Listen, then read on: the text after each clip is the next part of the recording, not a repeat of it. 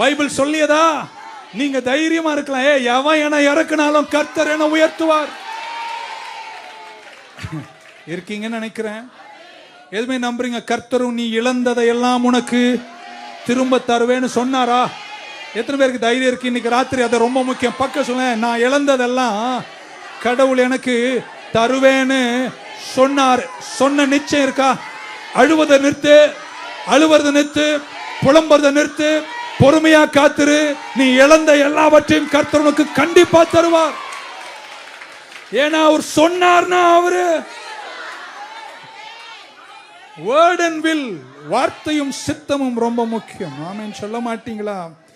கையை மேல உயர்த்தின இப்படி சொல்ல போறேன். ஆபிரகாமுக்கு அவர் எதெல்லாம் சொன்னாரோ அதை உனக்கு அவர் நிறைவேற்றி முடிப்பார். கையை கீழே போட்டுருங்க. உபாகம் 28 இப்படி சொல்றாரு, நான் உனக்கு விதிக்கிற என் கட்டளையின்படி எல்லாம் செய்வதற்கு நீ கவனமாயிருந்து நான் சொல்லுறத நீ கேட்டினா இப்பொழுது சொல்லப்படும் இந்த ஆசீர்வாதங்கள் எல்லாம் உங்கள் மேல் வந்து பலிக்கும். நீ தேசத்துல உன்னை உயரமா வைப்பேன். நீ போகையில நல்லா இருப்ப, நீ வருகையில நல்லா இருப்ப, உன் மாவு பிசை தொட்டி நல்லா இருக்கும். இருக்கீங்களா? ஒரு ஆமே நல்லா. உன் சத்துருக்கள் ஒளு வழியாய் வருவார்கள்.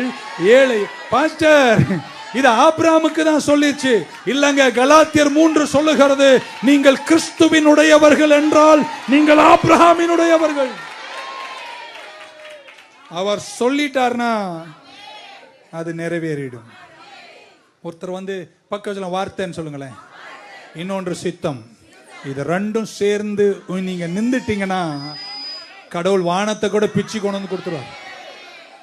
ஒரு மனுஷன் வந்து சொல்றாரு, என்னுடைய குமாரன் என்னுடைய மகன் சுகம் இல்லாம இருக்கான், நீங்க அவனுக்காக கொஞ்சம் ஜெபம் பண்ணுங்க அப்படின்னு கேட்டார். ஆமென். உமக்கு சித்தமானால், அவர் சொன்னார், நான் சித்தமா இருக்கிறேன், நீ சமாதானத்தோட போ, இன்று உன் மகன் பிழைப்பான்.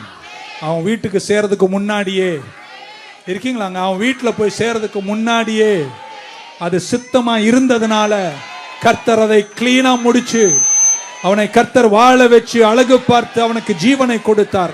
இப்படி சொல்ல போறேன். கையை நல்லா மேல உயர்த்துங்களேன். கடவுள் உங்களுக்கு ஒண்ணு சொல்லிட்டார்னா அது அவர் சித்தமா இருக்குமானால் வேற வழியே இல்லைங்க, அது நிறைவேறி தீரும். இன்னைக்கு ராத்திரி நான் ஒரு 3 முறை சொல்ல போறேன். இன்னைக்கு ராத்திரி உங்க ராத்திரி, இன்னைக்கு ராத்திரி வெற்றியின் ராத்திரி, இன்னைக்கு ராத்திரி வார்த்தை நிறைவேறும் ராத்திரி, இன்னைக்கு ராத்திரி இழந்ததை திருப்பும் ராத்திரி. ஏன்னா அவர் வார்த்தையும் அவர் சித்தமும் எங்க இருக்கோ அங்க வெற்றி உண்டு.